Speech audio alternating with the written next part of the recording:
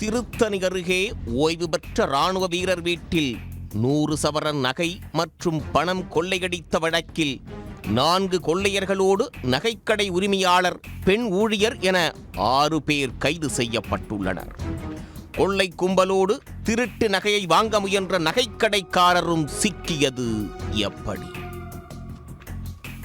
திருவள்ளூர் மாவட்டம் திருத்தணி அடுத்த பொதட்டூர்பேட்டை அருகே கொத்தக்குப்பம் கிராமத்தைச் சேர்ந்த ஓய்வு பெற்ற ராணுவ வீரர் விஜயலுவின் வீட்டின் பூட்டை உடைத்து கடந்த மாதம் 27ஆம் தேதி 100 சவரன் தங்க நகை மற்றும் 70,000 ரூபாய் பணம் கொள்ளையடிக்கப்பட்டது.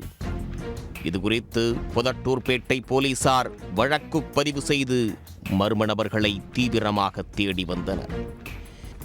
இந்நிலையில் ஆர்கே பேட்டை கிராமத்தில் உள்ள வாசு என்பவருக்கு சொந்தமான நகைக்கடையில் பணியாற்றும் சுபா என்ற பெண் மூலம் நகையை விற்க ஆர்கே பேட்டையைச் சேர்ந்த பூபதி, வேணு, சிரஞ்சீவி மற்றும் ஆந்திராவைச் சேர்ந்த தினேஷ் ஆகியோர் முயற்சி செய்துள்ளனர்.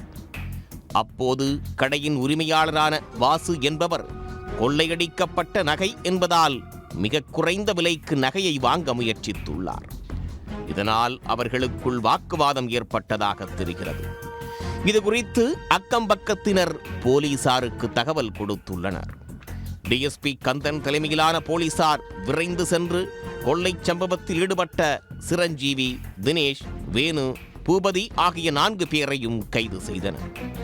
மேலும் திருட்டு நகையை விற்பனை செய்வதற்கு உதவிய பெண் ஊழியர் சுபா மற்றும் நகைக்கடை உரிமையாளர் வாசு உள்ளிட்டோரையும் சேர்த்து 6 பேரை கைது செய்த போலீசார் அவர்களிடமிருந்து கையில் வைத்திருந்த 35 சவரன் நகை மற்றும் 65 சவரன் தங்க நகையை உருக்கி பணமாக வைத்திருந்த 8,85,000 ரூபாய் பணத்தையும் பறிமுதல் செய்தனர்.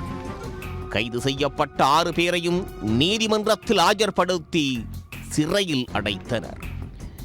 திருட்டில் ஈடுபட்ட கொள்ளை கும்பல் அதை உள்ளூரில் உள்ள நகைக்கடையிலேயே விற்க முயன்று சிக்கிய சம்பவம் பரபரப்பை ஏற்படுத்தியுள்ளது. உடனுக்குடன் செய்திகளை தெரிந்து கொள்ள சன் நியூஸ் பெல் ஐகானை கிளிக் பண்ணுங்க.